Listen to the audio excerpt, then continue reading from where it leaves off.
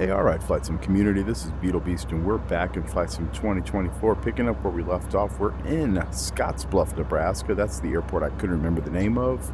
We are also in, as you can probably tell, the Cessna 210 by Carenado. Gonna probably be swapping between this and the Bonanza between my flyover country airports here. So we're gonna start off here. BFF is where we left off. It's Western Nebraska Regional, I believe is what they call it. Also known as Scottsbluff is the name of the town. So we're on runway 30. We're going to be headed over to Sierra Tango Kilo. I believe it's called Sterling Municipal. It's a little airport in south, I don't know, I guess kind of northeastern Colorado. That's where we're going to be headed over to. But yeah, we're going to go ahead and give this a little go. We're obviously on the roll already. Wind action that kind of kicked up. A little bit of power. Perfect. Little pull up and gears coming up. Lost our center line slightly. Let's go back and find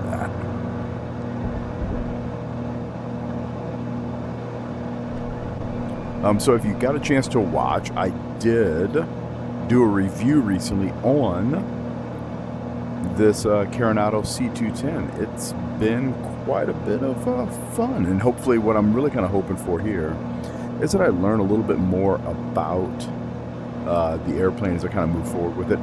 When I did the review video, I hadn't really flown the airplane much, and I still haven't, because the video was literally the last time I flew the airplane. So it's gonna be fun to kind of get to know the airplane a little bit better as I use it a little bit more. And we'll be using it, like I said, this one and the other one kind of go over flyover country. I have a general, oh gosh, I'm going to lose a follower or two, I'm sure of it. And I only have 270 of you in the first place. But I'm going to, I'm going to be flying over beautiful Kansas. And I'm going to say this, I'm going to preface this. I'm a former Kansas resident. In fact, I absolutely loved living in Kansas. And there is also nothing I disdain more than flying over Kansas. And it doesn't matter if I'm in the 210 or if I'm going to be in a Skyhawk or if I'm going to be in any airplane at all. I fly over it in the jet, and I try to minimize the amount of time I have to fly over Kansas. I'm sorry, you're a very long state, Kansas, and there's not a lot of interest. If it makes you feel better, if it might, I don't enjoy flying the length of Florida either, and I do that regularly in the jet. But it's annoying in Florida to take off, and then 40 minutes later you're still in Florida. I guess it's not quite 40 minutes, but God, it feels like it. And out of the southern side of Florida, I guess it is about 40. Either way, it takes forever. And in Kansas, going from west to east or east to west, it feels as if in east to west is obviously worse, but it feels like it just goes on for forever. And I say east to west is worse because obviously you add in a little bit of a headwind and you're not going anywhere fast. All right, so we're coming through 6,000 feet here. Of course, we're a little bit off. We're supposed to be going a little bit further south than we are southeast. And like I said, the last time, so when I landed up here, I was actually kind of surprised by the layout. Not the layout, the terrain that was here in Nebraska. This was not what I anticipated to see up here at all. We have family in Nebraska, specifically in eastern Nebraska, the Omaha area. I spent a lot of time going into Lincoln. I have spent about nil time in western Nebraska, at least on the ground. And when I fly over it at jetliner altitudes, you don't see this type of terrain variation. So for western Nebraska, this is definitely a little more unique than what I was expecting. I will say, so I'm a little disappointed. Normally, in what I've done, so I'm going to try to help use this to kind of break up these flights a little more. I said I'm a little disappointed. There was some weather that was over this part of the country today, but apparently what I'm trying to do is still capture the time frame in which I'm flying, not necessarily the weather. So I'm not going to make the weather's going to be whatever the weather is. So if I happen to be flying on that day and there's going to be rain, clouds, or storms around, I'm going to do it. Unless there's something that makes it look like the flying would be much more enjoyable, without, I think we'll stop at 75. Unless the flying is going to be much more enjoyable, like there's something that I would like to see as I pass over the terrain. Yeah, I think we're going to go ahead and we're going to fly with whatever the weather is. It'll add an extra challenge. That's going to help break up some of these states here, specifically Kansas, Oklahoma, Arkansas. And the same thing will be true for us across through Mississippi and Alabama. As there's not, no offense to anyone in the Midwest. I'm a Midwest guy myself. The more interesting places to fly are through the mountains. So if you're west of here, obviously, it's good. If you're east, once you get east into the area, maybe around Chattanooga, Knoxville. Chattanooga's on the edge of it, but Knoxville to the south is definitely kind of pretty. So once you get into either the Rockies or Appalachia, the Rockies obviously being the more challenging mountains to fly through. Appalachia's no slouch either. As a guy who grew up flying around Missouri, I remember always kind of laughing about the fact that you don't have any type of really interesting areas to see until you get south of Springfield, Missouri. And that's really when you start getting into the Ozarks. I know, the Ozark Mountains, the official Ozark Mountains that aren't flooded with a lake. If you watch the TV show, Ozark, great show, by the way. Not filmed in the Ozarks, but they get the vibe right. You have a set of lakes, of course, a lake, but a ton of little coves that are kind of nestled in the middle of Missouri. And they always make the claim, we have more coastline than the state of California. That's fair, because you actually do, but it's not coastline that anyone actually wants to be around. I'm going to get hate from my own state of Missouri probably for that. Don't really care. The water's pretty terrible. It's ugly and oily and gasoline filled. It's pretty nasty stuff. So the Ozarks aren't my place to go swimming. Meanwhile, it is a great place I've had a lot of fun down there. A lot of fun with the kids and the family. Jet skiing, boating, fishing. And at the same time, yeah, it's not exactly what I would say is my happy spot. It's not my go-to happy spot. Some people it is. That's fair. And for the college kids, it really is. That's where they all go to party. There's a party cove down there specifically so that kids can go and act stupid. Yeah. But I'm not a huge Ozark fan. Like the TV show, though. That was kind of fun. But yeah, so like I said, I was going to use the real weather, which I am using. Unfortunately, I put it back in time a little bit, and the storms that eventually show up in this area haven't developed yet. So now we're just going to be zipping across the state without seeing the weather that's going to be here a little later. And I was kind of looking forward to that because I've got the weather radar, if you notice, the little pod. So we have the radar obviously on this airplane, and I was looking forward to kind of using it. So right after I made my review video, I did play with the radar some. It does exactly what I said it was going to do in the review video, but in the review there was no weather at all, so there was nothing to look at, pretty much. I went ahead and loaded myself in. There were some storms that were going across Colorado today, so I flew around Colorado for a little bit. Kind of zigged and zagged through the weather radar, and the issue that you have, and what I kind of said was, the weather radar inside of flights from 2024 is not modeled very well at all. So let's talk for a second about radar waves. I don't think I've done that on this in this set of videos. So radar in any type of aircraft, whether that be an airliner or a Cessna 210 with a radar pod on it, they operate in the same way. They're looking for water droplets, moisture, that reflects back. They also take in and reflect back other things. They reflect back off of ground. So what the radar dish does essentially is it sends out a signal, a radar wave, that's designed to be able to bounce off of objects. Then the radar dish picks up those waves when they bounce back. So if you didn't know how radar works, that's the basic idea of how radar works, similar to how like a sonar works. That's just used for water as opposed to used for being here on the ground.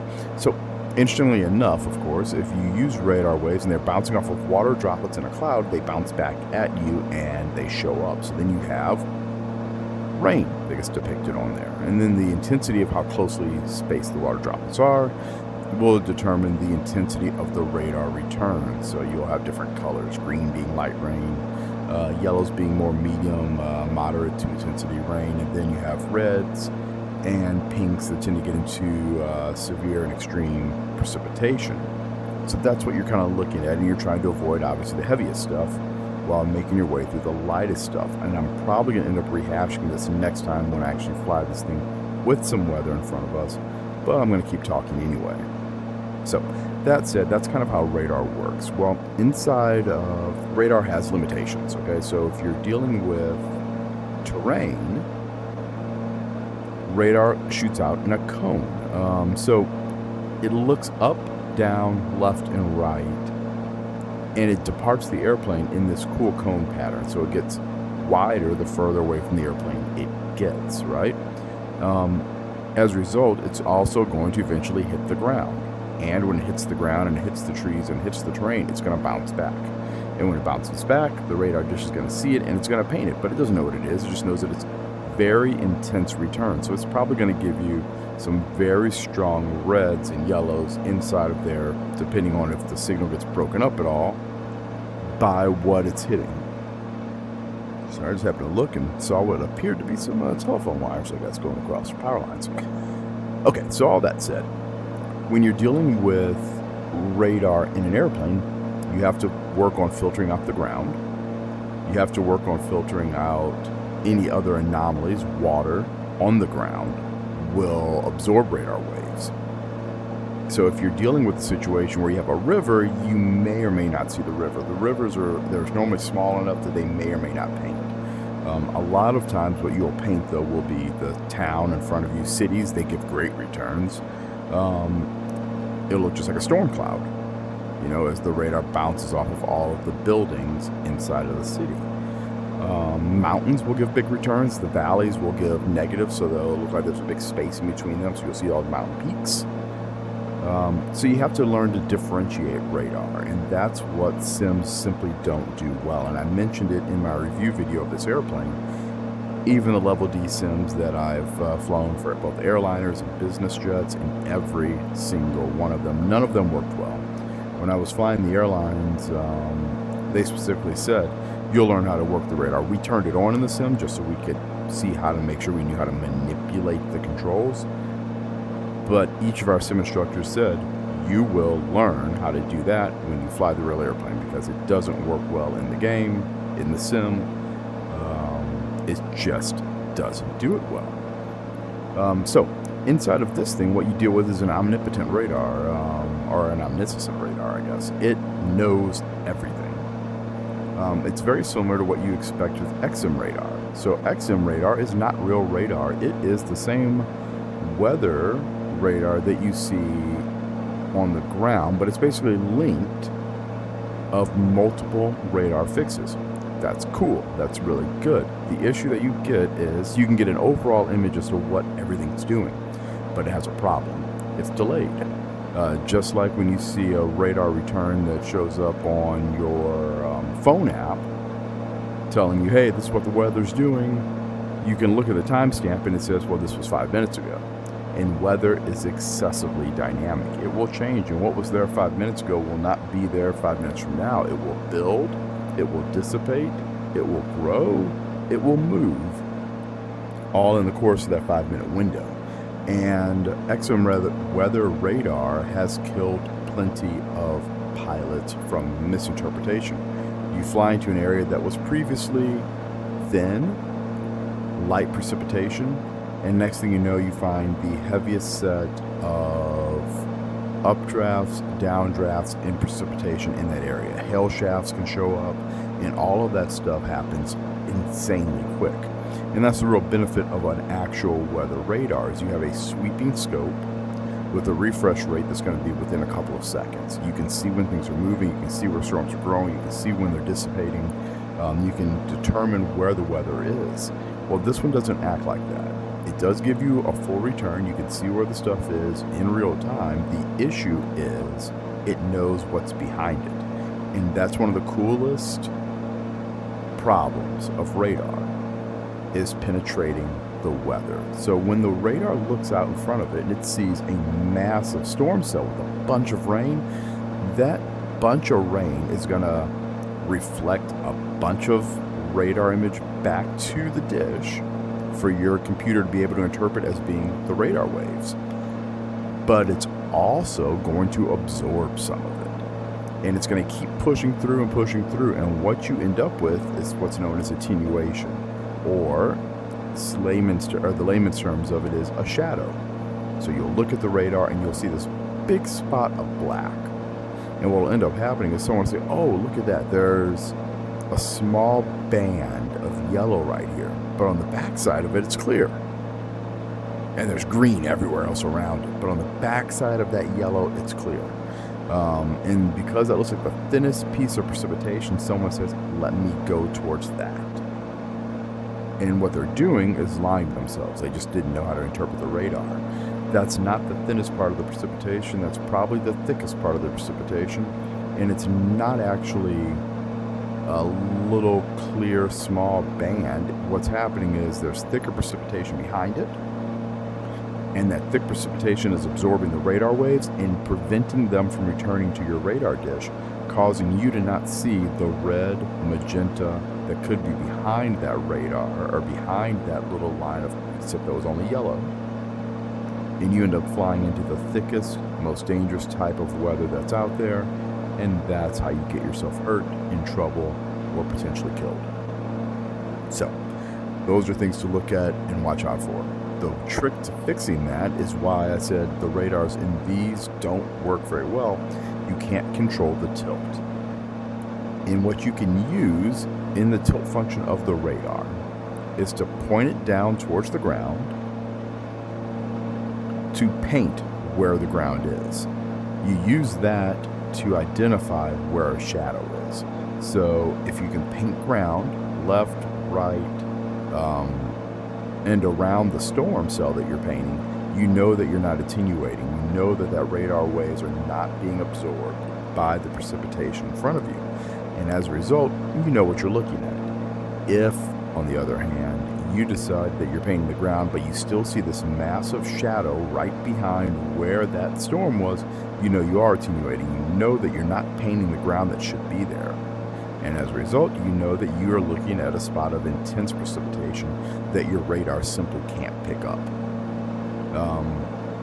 And I know for a fact the number of times I've pointed it out when flying around, and you look at it and go, wow, take a peek at the attenuation that's coming up from that radar dish. That looks like a killer. Let's not go through that area. Normally the other pilots kind of look and they go, yep, I agree with that 100%. And then we go somewhere else. We go around and we deviate, etc. But yeah, so that's the way you kind of use radar. It'll make a little more sense if you can actually see it. But like I said, nothing inside of Flight Sim as of right now utilizes a radar in a way that would make that even really possible. So I gave you an explanation of something you can't use. Now, what's interesting here, I'm curious if there's good radar inside of X-Plane. I know that X-Plane's always pushed having great physics. I don't know how their weather radar system was set up. I can't remember from the last time I played X-Plane.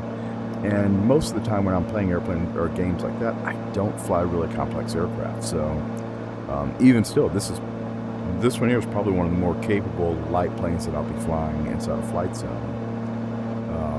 Until I also decide to add a twin engine to the lineup so we can go fast and low like this. And yeah, we'll see. We'll see if we do that before we reach into Florida.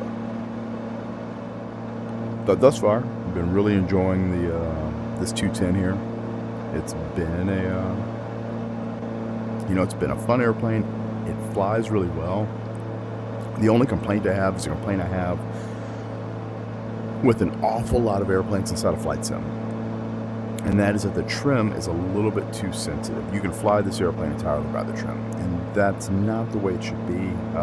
Yes, you can definitely fly an airplane by trim, but the trim wheel movements should be slow enough that it takes a lot of movement here, and that's what I've always said about this. It takes pretty large swings of the wheel down there to elicit large changes in attitude control. And very minor touches on the trim wheel or the trim button create rather large displacements of the wheel, which causes very large displacements of the elevator, allowing the airplane to really want to pitch up or down on a regular basis. And that's kind of my general, I don't want to say dislike, that's my general complaint, and it's a complaint about most airplanes. I think still the best one I've ever flown inside of the game that works the most proper is the Lear 35A. While the trim still moves, the trim still works. You can hold the trim for a couple seconds, and it does change the pitch attitude of the airplane, but it does so in a very predictable manner. And that's one of the struggles that you have in some of these other aircraft in the game. They don't operate nearly with that level of precision that you get. The Lear's much better for that. The Citation 10 is a little bit pitch happy when it comes to trim inputs. So that complaint for the Citation is still there a little bit. It's better than some of these Cessnas. It's better than the 172 that comes in the game. Better than the other Carenado products that I've flown. Yeah, so that's just an FYI. That's one of my, it's probably my biggest complaint about this particular airplane. And thus far, outside of that, I really kind of like the way everything in here works. And I think it all works really well together. So it's a really solid airplane. And if you're looking for something to zip around in that gets you kind of a very complex, small airplane vibe, this one's good. This is a good choice.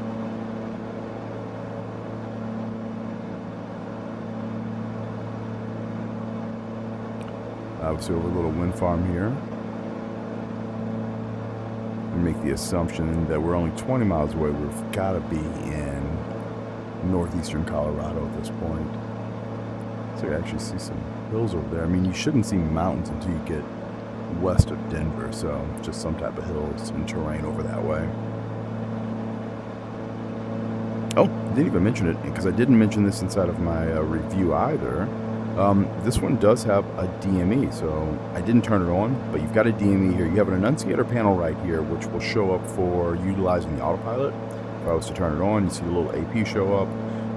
And when you get the AP up here in this little annunciator, you obviously also can note that you have your flight director show up. You can turn the flight director on without the autopilot, which is pretty nice. Let's go ahead and click nav. And instead of pitch, let's go ahead and take us up to 7,500. Like so, not 76, 75. And we'll vertical speed ourselves. Oh, look at that, we're right there. We should have a capture. There's alt hold.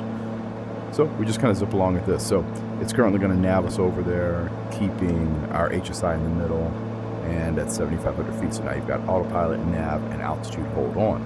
If I was to look up, I'm not sure if there's going to be anything in terms of a navigated STK. But let's see what we have in front of us. So that's 050 bearing 161. That's the closest one to us. So if we let's go and put it in.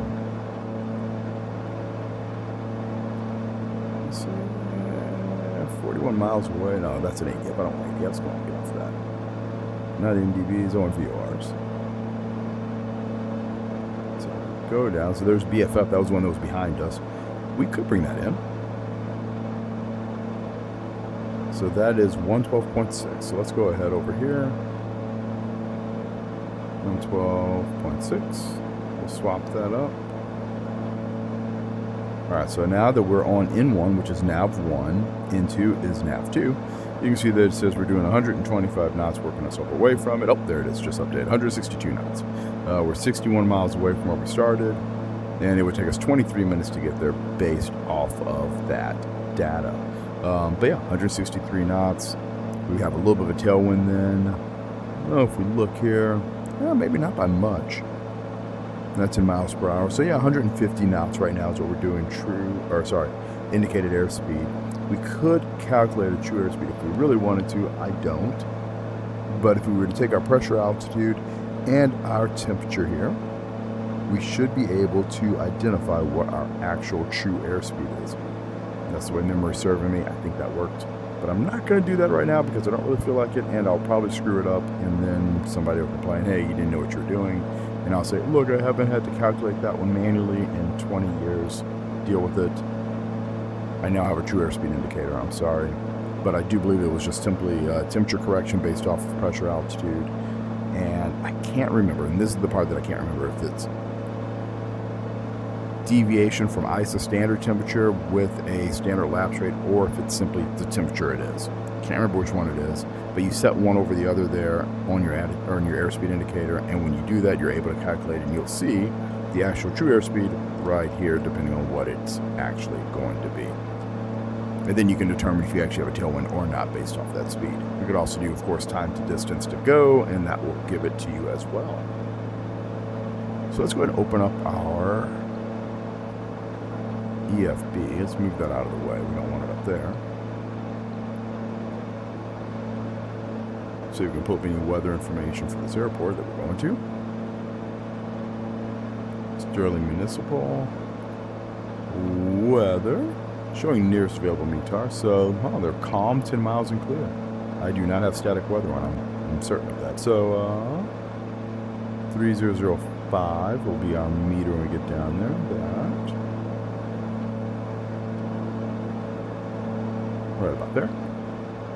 So yeah, pretty much we can do whatever runway we want. The ones that they have down there, 15 is 5,100 feet. That's plenty long. What do we have for this one? 3,200 feet. So yeah, I think we'll do 15. That'll work out pretty well. And it should be pretty well lined up with our current direction. 9 miles away, what is their field elevation? 4,000 feet. So we'll go down to 5. And we'll make that happen.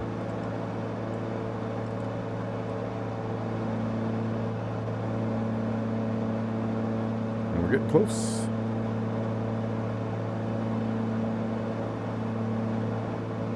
I think I might see it there. 12 o'clock. There's a little runway. It looks like it's going off at about a 150 degree heading. It's right about, let's see if I do my right eye. Right about there. I think that's it. We're going to find out, but that looks about right. Power's coming out. Hopefully we won't get the gear horn. We'll see just how close we get.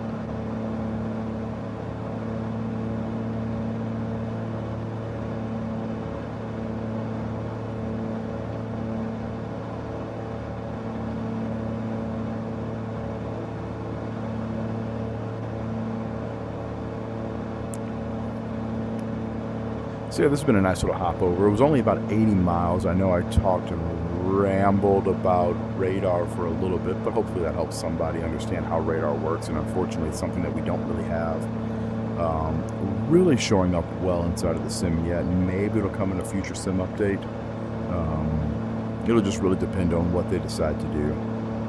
Hopefully this video looks good enough for you guys and you're actually able to see what the airplane looks like. I've been, like I said, really enjoying 1,000 feet to go. Been really enjoying this Cessna. It's I should have closed my cowl flaps earlier. It's been a real fun airplane to fly. Yeah, it's been good.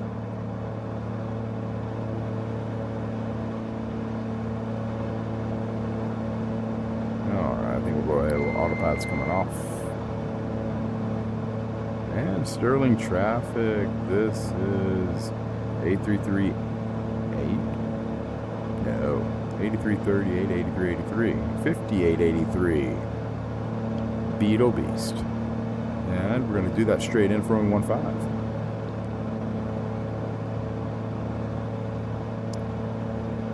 We are underneath our max landing gear operating speed, so we'll go ahead and drop our gear. Let that drag help slow us up.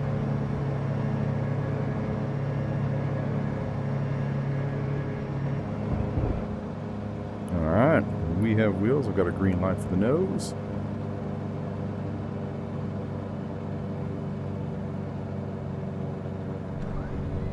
First notch flaps coming in.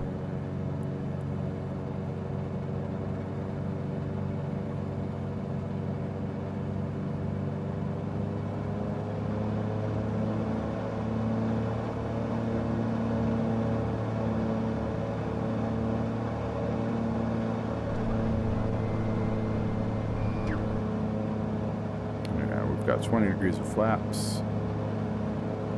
Currently about 95 knots. There's one dot on those. Tappy's to the left. Sinking a little bit much, so we'll go ahead and add a little bit of power.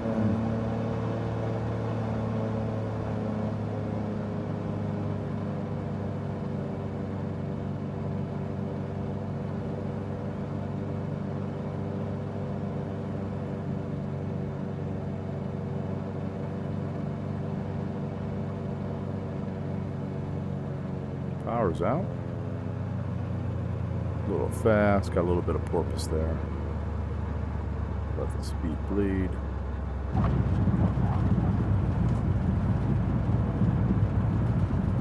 And we're establishing brakes nice and easy. All right, hello Colorado again.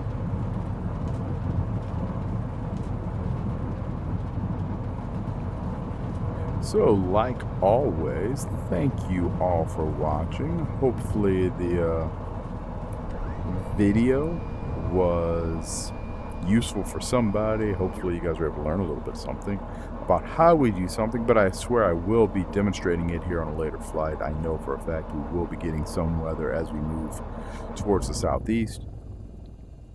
We have no idea why our engine just decided to die, but it did. And we are exiting our runway. No good reason for that. Very awkward. But, hey, good news, everybody. We made it to where we were going. All right, well, hey, thanks for watching. Happy simming, and maybe I'll find out why this engine keeps dying. Take care. We'll see you next time.